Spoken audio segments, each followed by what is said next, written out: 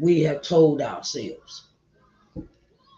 Hello, hello, hello, hello, and welcome to Morning Word and Worship with Sharice Johnson Moore. Hello, how are y'all doing today? Hey, babies. Hi. Good morning, good morning, good morning. And today is another Sunday. Today is another day that the Lord has made. Let us rejoice and be glad in it. Okay, so sometimes we got to give God, we have to give God praise all the time. We have to give him praise all the time, child. We do. Because he has been so good to us. He has been so good and kind and gracious to us in our lives.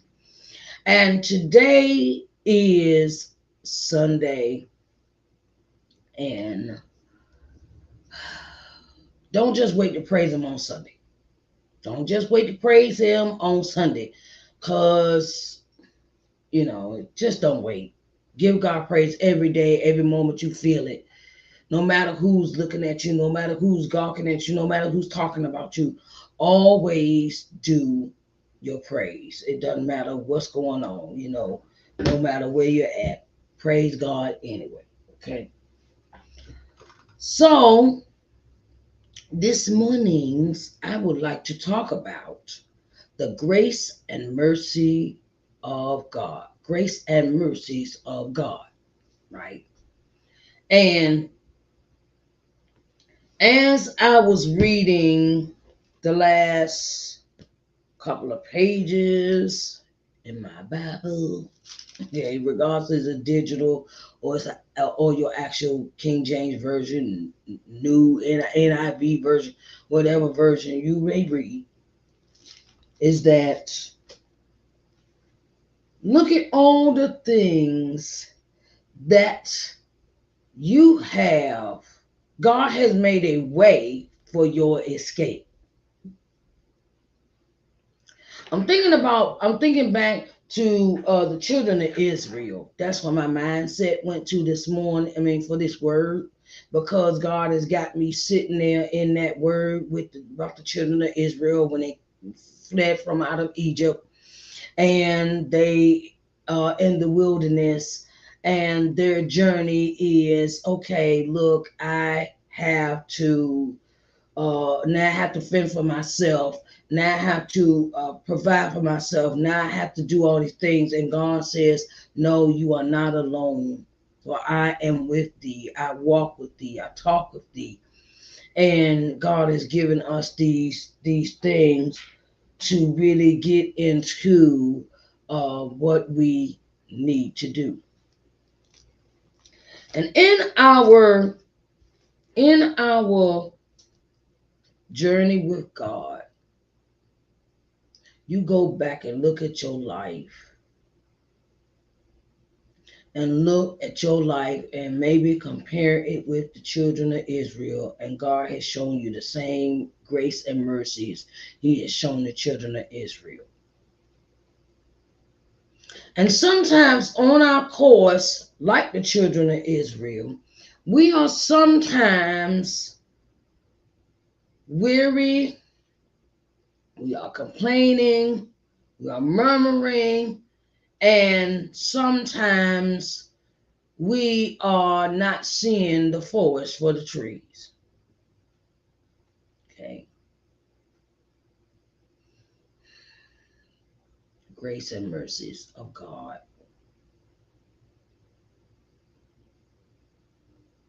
When you look back over your life, you look at all the things that you have been through. You have walked through. You thought you wouldn't survive the divorce or the breakup or a family member passing away, and you didn't think the grief was possible to get past. But you look at all the things how God said, look at how God has blessed you in your life. Look at his blessings, his grace, and his mercy that he has shown upon you when you maybe was out there driving drunk and you could have killed somebody. right?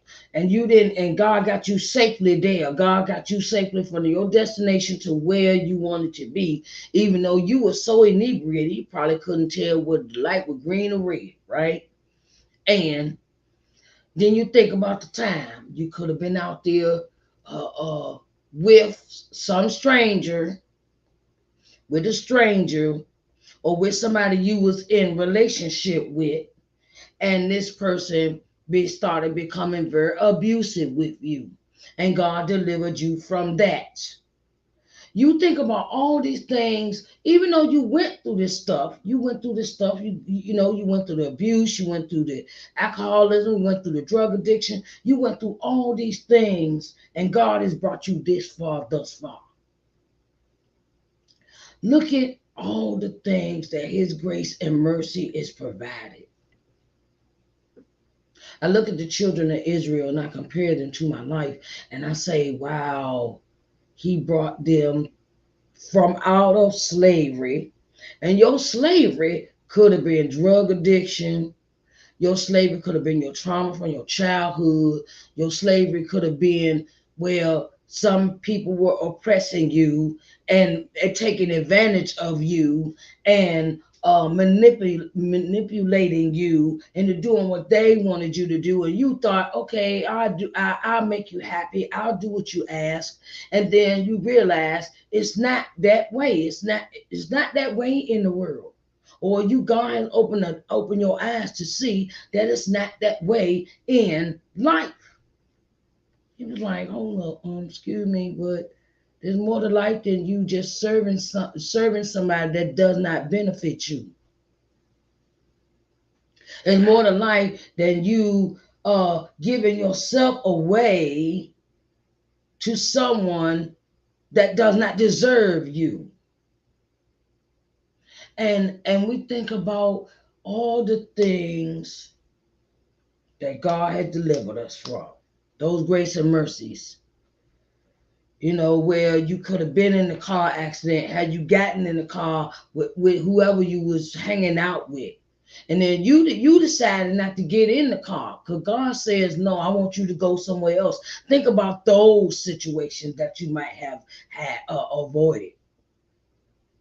Well, all right, I'm gonna go ahead and get in the car with such and such, and we gonna go down the road. Okay, all right, okay, all right. And they get in a car accident, but you stayed where you was at, and you got home safe. When you found out they got in a car accident, you be like, wow, oh my goodness, I could have been in the car with them, but God didn't see fit for you to go that way. Sometimes God can even turn around and open a door to go the opposite direction of where somebody else is trying to lead you. And when our lives are like that, we just gotta see the grace and mercies of God. Well, when my grandma, I bring this up. I know I bring it up a lot, okay, but I think it is a moment where it was a moment of clarity for me. I was in church singing when my grandmother passed away at home. I was at church I was at church singing when my grandmother passed away at home, and I was her caregiver. I went to church that evening. I said, "All right, Grandma, I'm going to church. I'm going to sing and everything." And I was singing this song, and I could feel the spirit like something leaving my body, and that was my sign that she was getting ready to go home and get her. She was gonna get her wings. But I was in church praising the Lord. That to me, that was a way of God saying, this is where I want you to be, so you be praising me at the same time while she's getting her wings. I just had a friend pass away on me, and me and her was the same age. And that was like a woo, like, oh my God, like me and her, we're 50 years old, and my friend had cancer. And I was like, wow, it makes you really think about life. It makes you think about the capacity of what you can do or what you can, or it gives me the mindset to keep running on and see what the end gonna be. And it really opened my eyes to my health. How many times has it been where you turn around and you had a family member or you had a friend or cousin or somebody or whatever, and you're the same age as them and they pass away? It's like, wait a minute, hold up, like, and then it kind of it hit me in the head like, wait a minute, my journey ain't finished yet. God is not finished. I'm sitting here murmuring, I'm sitting here complaining, I'm sitting here, but He's showing His grace and mercy every day that I get to see another day. I get to look outside. My eyes, I'm not blind. I have the activity of my limbs. I have everything working in me. You think about every time I think about what everything works in my body, my mind automatically goes to look at the people that might be hooked up to machines in the hospital, or they need respirators to breathe, or they need colostomy bags to go to the bathroom, or they need to put on false prosthetics to walk, feet, legs, hands, things of that nature. You think about all these grace and mercies that He shows us, and then you look at it as God didn't enable them, God gave them more strength to endure. That's how I look at that's how I look at when I see someone that has the prosthetic legs or arms or hands, or they have to be in a wheelchair all day. I look at God says, if this person can do this, what am I wasting my time with? What am I not doing with my life? They've asked me to do, and I'm sitting here worrying about, I can't do this because I'm in a wheelchair. I'm doing this because I don't have no legs. I don't have this. Hmm. I have seen some stuff, y'all, being a certified nurse assistant, and these people have given me more encouragement than the law can allow, because they get around better than us. They get around better than us. And it's like, okay, this is God working. Everything I look at God in it. That was my mind. That is my mindset now. I think about and I look at how good God is. I look at God, how He's brought a lot of people delivered a lot of people from their turmoil of drug addiction, have a prostitution, of just going around, they're wandering in the wilderness like I was, and it's like, I don't know what to do with my life. I don't know where to go. I don't know who to talk to for mental illness. I have seen these things, and I have experienced these things myself. So I'm just not talking to be talking. I'm talking from life experience myself. Because I want you to know that God is always with you. God is always with you, no matter what you're doing, whether it's good, bad, or ugly. That's my term, good, bad, or the ugly. And always, every time I say it, reminds me of the Clint Eastwood movie. But my thing is that no matter what you're going through, God is always there. And He's always showing His grace. And He's always showing His mercy. And He's always showing His power. And you just have to open your hearts, minds, and souls to see it. Just have to open your heart, mind, and soul to see what He is doing in other people's lives and other people's journeys. And just cause a person is doing, just cause a person has done something in the past, don't mean they're gonna do it in the future. But that's how God is. We see the example of Moses. We see that example. God always shows grace and mercy. Moses was a slave. Moses was a Hebrew slave. Then he goes through this transformation. He goes through a transformation. God always is transforming us to something new. It's not where you start, it's how you end. And we see that when Moses comes into the promise, and Moses gets there to the promised land, he has to bow out gracefully. And that's what I look at it when people pass away. It is time to transition. It is time to transform the renewing of your mind when the elders leave. I don't think of it as death anymore. It's just transition. He's passing it on to the next generation. And that's another part of God's grace and mercy that us young folks need to soak up all of what our elderly have to say. Because what they saying is some stuff we need to learn. Or we're gonna have to bear that someday. And we're gonna have I remember my grandma always tell me stories. My grandma always tell me stories about her life and stuff like that and everything and whatnot. And what she taught me was that what she taught me was that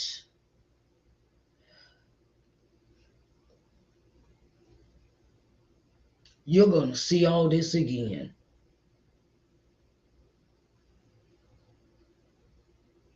She said, you're going to see all this again. All my disobedience, all my talking back, all my disrespect, all my stuff I did, all the stuff I was doing, my children end up doing. But the thing is that now I have a different way of handling things. I have a different way of handling everything in my life. And now it's I want to talk. Come on, let's talk. Let's have a conversation. Come on, I want to tell you a story. I want to sit down, tell you about this, tell you about that. And I'm always telling my children stories about my life. Because I don't want them to miss, I don't want them to get it construed and come from somebody else that think they know and they don't know.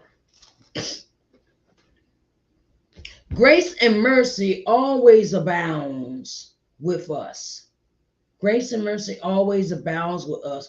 It's how we live our lives, be the example, and we always show our next generation of how good God can be by telling our stories. Telling our stories that we need to tell them about our lives, about our experience. Yeah, okay, you could tell them, and they be like, okay, I'm hearing you, whatever. Yeah. But wait, I know I used to do my grandma the same way. She said, and I was thinking she was joking, like, I ain't gonna be doing all that. I ain't about doing all that. But then I started seeing the stuff that she was talking about that I will endure. And grace and mercies, now I see where the grace and mercy comes in, where God has given me to live to be 50 years old. She's gone from me now. She's been gone 10 years. My grandma's been gone 10 years. She been gone 10 years. She been gone 10 years.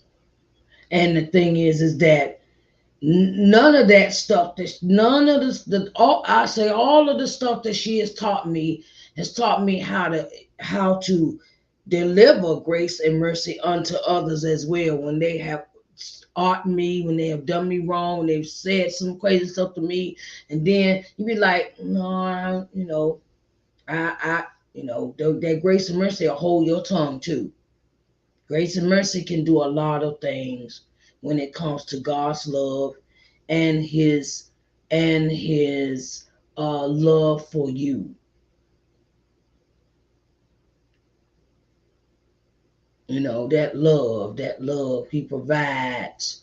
He provided the children of Israel with with the fire by night and nice, by day. And the thing is that that's what he's doing, showing grace and mercy. When they asked for, they didn't have nothing to eat, he gave them manna. When they wanted water, he pulled water out the rock. When they was murmuring and complaining, and God says, look, don't you see what I do for you? Don't you see what I give you when you ask for it? the grace and mercies of God. He does the same thing in our lives today. He was doing for the children of Israel. We just have to open our eyes and see that. So I don't want to keep you long. I thank you for coming in for morning word and worship. All right, okay, babies. I love you and thank you for coming in for morning word and worship. And that is our word for today. Okay, I love you, and I will see you back here at 12 noon for Let's Talk Sunday. Okay, I love y'all, and I will holler at y'all later. Bye, babies. See you later. Okay, see you back at 12.